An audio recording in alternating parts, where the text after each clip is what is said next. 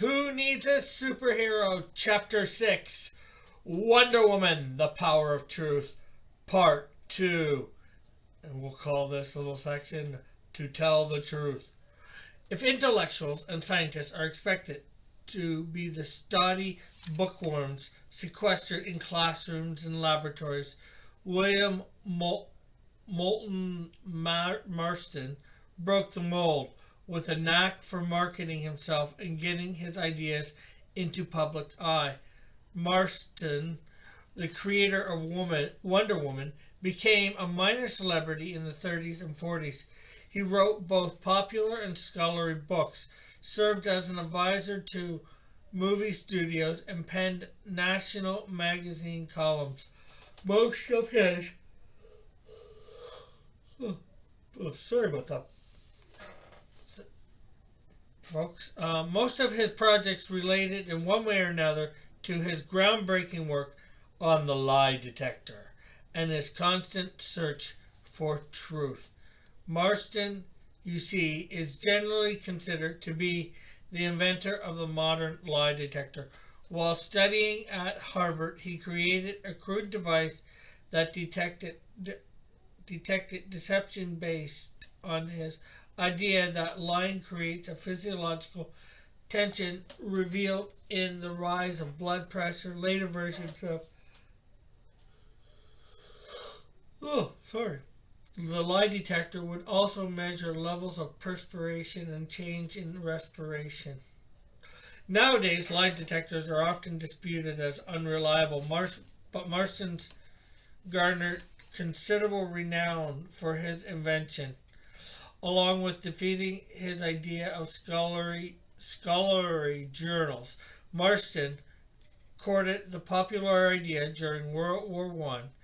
He tested accused spies, arranged public stunts using the polygraph to determine the personality types of blondes, brunettes, and redheads.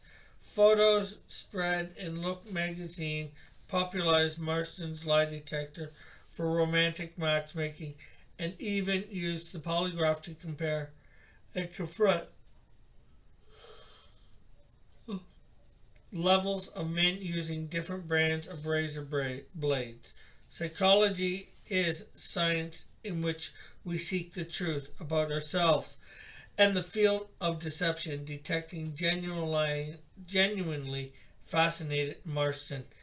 His belief in the power of truth would influence his creation of Wonder Woman. As far as Wonder Woman, as would other beliefs. At least physiologically, Marston was a pacifist who hoped humanity would find non-violent ways of settling our differences. He was also free-thinking when it came to the role of women. He predicted that within a few decades, America would evolve into a society ruled by women. Far from being threatened by such change, Marston was convinced that the world would be a better and safer place thanks to growing feminine influence. Yeah, we're seeing how that's coming out.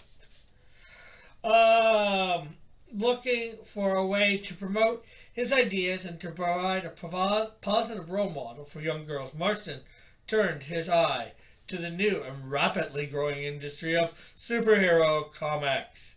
He was ever eager to position himself favorably and was soon appointed the editorial advisory board of All American and DC Comic lines. At that point, Marston was in the right place to pitch the idea for a new kind of superhero.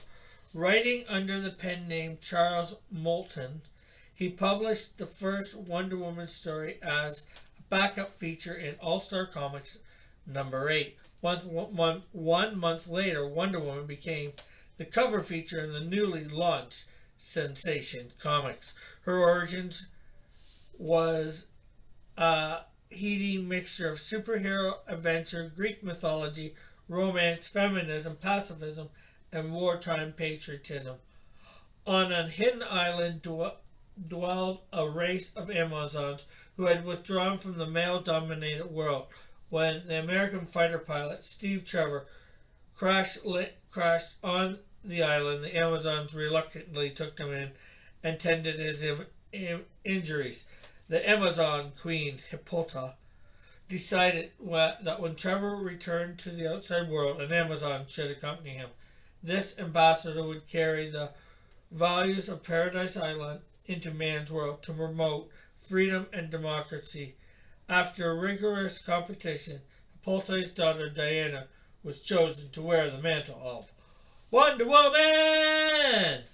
Along with her abilities as Amazon native, Wonder Woman left Paradise Island armed with unique weapons. On each wrist, she wore large bracelets adopted by all Amazons. The bracelets recalled a time when the Amazons had been enslaved and chained by tribes of brutal men, led by Hercules. And they remained on the Amazons' wrists as a continuing reminder of servitude long after their escape to Paradise Island. The wrist wear featured prominently in Bullets and Bracelets, recurring game in which Wonder Woman deflects bullets fired at her by bouncing them off of her bracelets. Complementing the bracelets is Wonder Woman's hallmark weapon, her magic golden lasso, known in contemporary stories as the Lasso of Truth, along with the many predictable uses of the unbreakable lariat. The lasso compelled obedience from anyone wrapped in its coils. In theory, Wonder Woman could require a rope-bound prisoner to obey any command, but in practice, the leotard was typically used to compel the captives to speak the truth. No captive could lie to Wonder Woman while encircled by the magic lasso. Over time, the notion of obedience waned, and discerning the truth became the primary use of the magic lariat. As Wonder Woman evolved, the lasso became more important. In fact, it is central to the meaning of her character.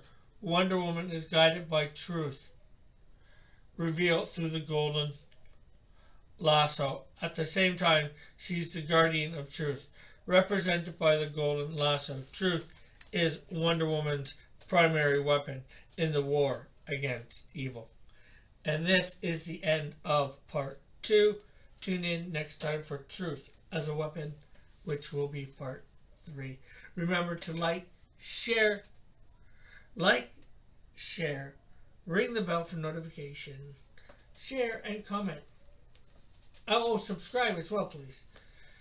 And have a great and wonderful day.